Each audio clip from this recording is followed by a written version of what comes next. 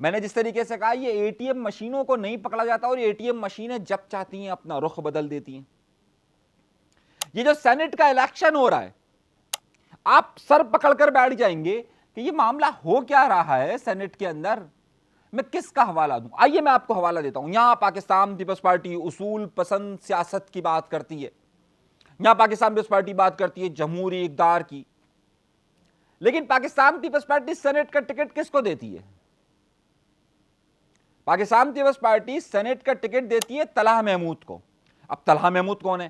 کل تک جمعیت علماء اسلام مولانا فضل الرحمان صاحب کے پاس, اور مولانا فضل الرحمان صاحب کی تو بس شان ہی بتائیے, جتنے بھی بڑے کرمنلز آ کر پاکستان کے اندر بسے ان سب کو اگر سینٹ کا ٹکٹ پہلے کسی نے دیا ہے تو وہ مولانا صاحب نے دیا, لیکن اس کی میں وجہ آگے چل کر بتاتا ہوں.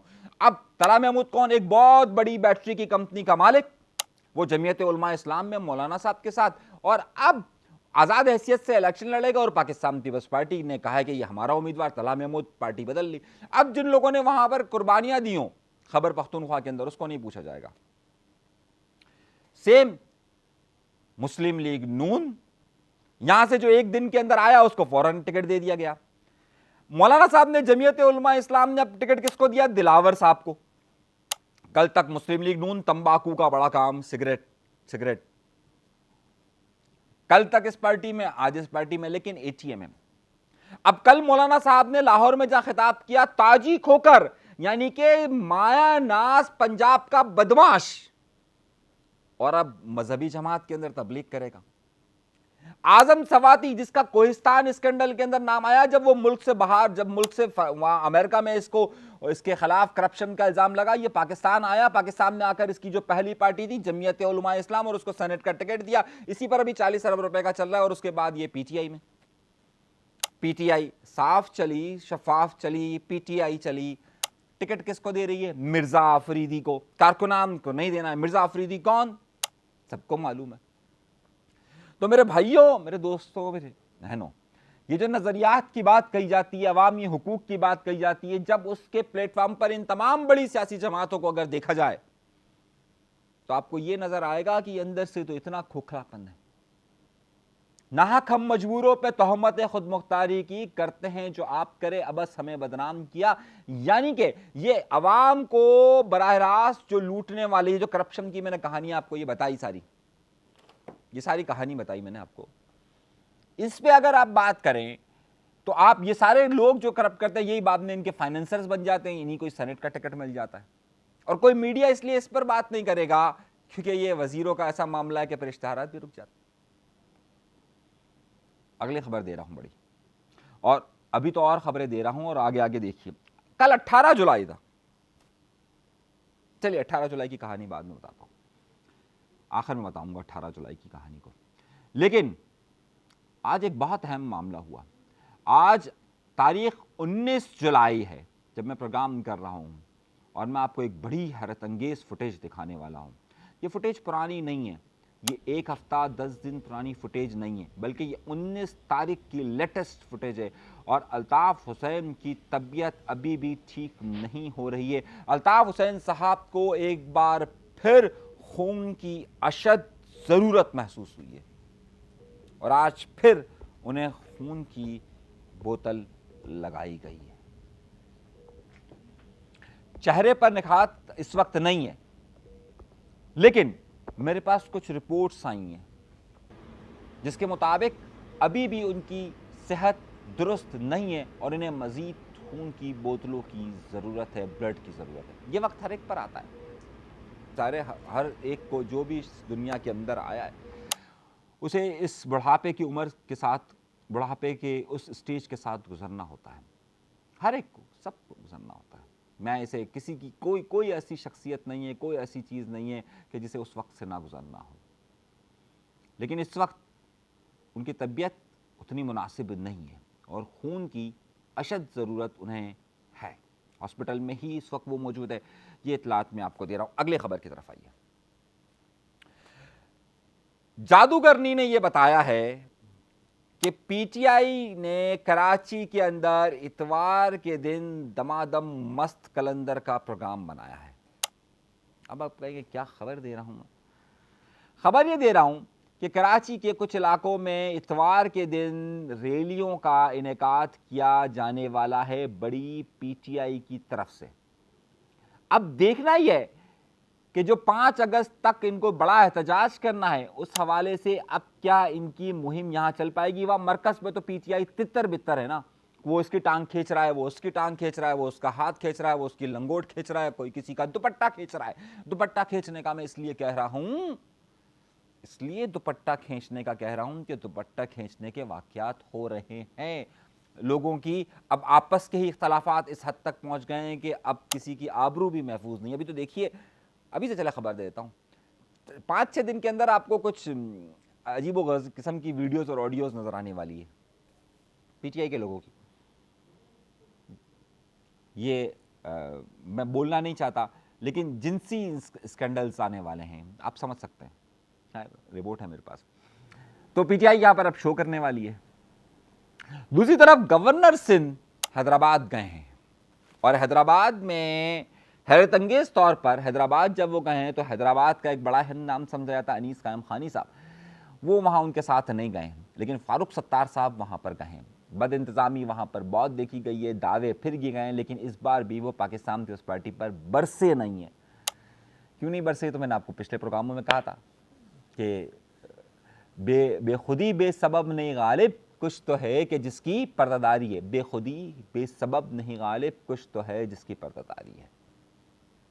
ایم کیو ایم کے ایم پی ایس کے ساتھ وہاں بیٹھے, لیکن اہم لوگ نہیں گئے, اہم لوگ وہاں پر شامل نہیں ہوئے. اگلی خبر پر آتے ہیں.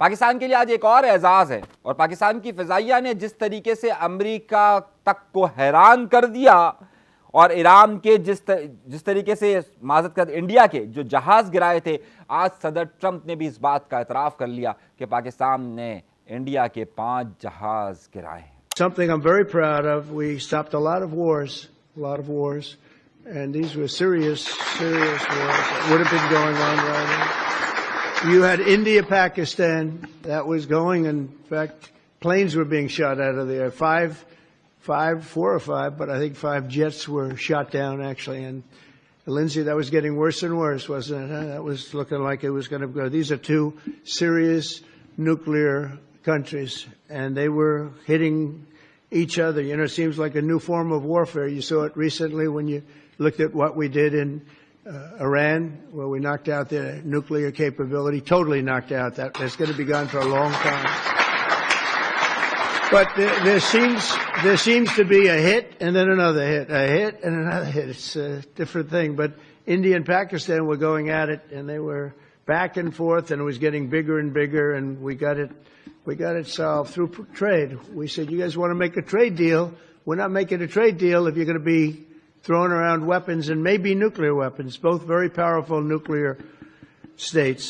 لیکن جب صدر ٹرمپ اس بات کا اعتراف کر رہے تھے, عین اسی وقت پاکستان کے فضائیہ نے اور پاکستان کے جہاز JP-17 نے 7,000 کلومیٹر کا ون سائڈ, ایک ہی وقت میں 7,000 کلومیٹر کا فاصلہ طے کر کے نیا ریکارڈ قائم کیا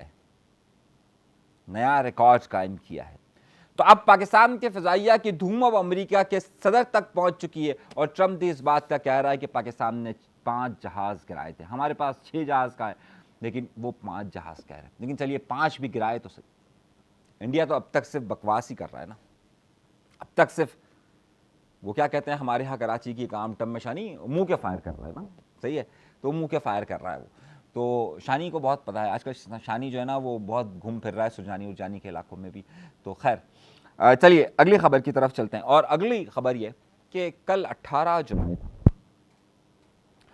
آپ کو معلوم ہے 18 جولائی پاکستان کی تاریخ کے لیے ایک بہت اہمیت رکھتا ہے, اور خاص طور پر سندھ کی سیاست کے لیے بہت اہم نام رکھتا ہے. 18 جولائی وہ دن تھا کہ جب ذوالفقار علی بھٹو کے بیٹے شاہ نواز بھٹو کی موت ہو گئی تھی فرانس میں. آپ میں سے شاید بہت کم لوگوں کو معلوم ہو کہ یہاں پر یہ پروپیگنڈا تھا کہ جناب وہ منشیات کا استعمال کرتے تھے, جبکہ پاکستان پیپلز پارٹی کا یہ دعویٰ تھا کہ اس وقت کی اسٹیبلشمنٹ نے اسے وہاں قتل کروایا ہے. لیکن اس قتل کا الزام فرانس میں لگا خود شاہ نواز کی بیوی پر، اور شاہ نواز کی بیوی اور میر مرتضیٰ بھٹو کی بیوی دونوں بہنیں تھیں، دونوں بہنیں تھیں۔ ذرا غور سے میری بات کو سمجھیے گا۔ شاہ نواز بھٹو کی ایک بیٹی تھی جس کا نام تھا سسی بھٹو۔ آپ کو معلوم ہے وہ آج کل کہاں ہے؟ نہیں معلوم ہوگا۔ جب اس کی بیوی پر یہ الزام عائد کیا گیا تھا تو اس کے بعد تقریباً 1 سال تک یہ مقدمہ چلا تھا، اور 1 سال مقدمہ چلنے کے بعد اس کی بیوی کو باعزت بری کر دیا گیا تھا، اور پھر اس کی بیوی اور ان کی بیٹی یعنی کہ شاہ نواز کی بیٹی سسی بھٹو امریکہ چلے گئے تھے، جہاں آج بھی وہ مقیم ہے۔ تو پھر آپ کا سوال ہوگا کہ جو مرتضیٰ بھٹو کی بیوی تھی وہ تو شاہ نواز کی بیوی کی بہن تھی، تو وہ کہاں گئی؟ جب یہ واقعہ ہوا تو میر مرتضیٰ بھٹو نے اپنی بیوی کو بھی طلاق دے دی تھی، اور ان کے ساتھ ہی ان کی ایک بیٹی پیدا ہوئی تھی جس کا نام تھا فاطمہ بھٹو۔ تو فاطمہ بھٹو در حقیقت ان کی ماں وہی ہے، صحیح ہے، لیکن ان کی ماں کہاں ہے یہ ابھی بعد میں آپ کو آگے چل کر پھر کبھی بتاؤں گا میں۔ اور فاطمہ بھٹو در حقیقت غنمہ بھٹو صاحبہ کی بیٹی نہیں ہے، جن سے بعد میں میر مرتضیٰ بھٹو نے شادی کی تھی۔ تو آپ سوچ رہے ہوں گے میں یہ بات کیوں کہہ رہا ہوں۔ شاہ نواز بھٹو کا 18 جولائی کو یہ واقعہ رونما ہوتا ہے، اور اس کے 1.5 مہینے کے بعد بے نظیر بھٹو صاحبہ شاہ نواز بھٹو کی میت کو لے کر پاکستان آتی ہے، اور ان کا شاندار استقبال ہوتا ہے، اور ہزاروں سوگواران کی موجودگی میں شاہ نواز بھٹو کی تدفین ہو جاتی ہے۔ پاکستان پیپلز پارٹی اس وقت کی اسٹیبلشمنٹ پر الزام لگاتی تھی کہ شاہ نواز بھٹو کو زہر دیا گیا۔ شاہ نواز بھٹو کے گھر والے یہ کہتے تھے کہ واقعی میں انہیں زہر دیا گیا۔ فرانس میں یہ الزام ان کی بیوی پر لگا جسے باعزت بری کر دیا گیا، اور دوسری بات اسٹیبلشمنٹ یہ الزام اس وقت یہ لگاتی رہی کہ ان پر انہیں جو ہے وہ نشے کی وجہ سے ہوا۔ لیکن اصل حقیقت کیا ہے؟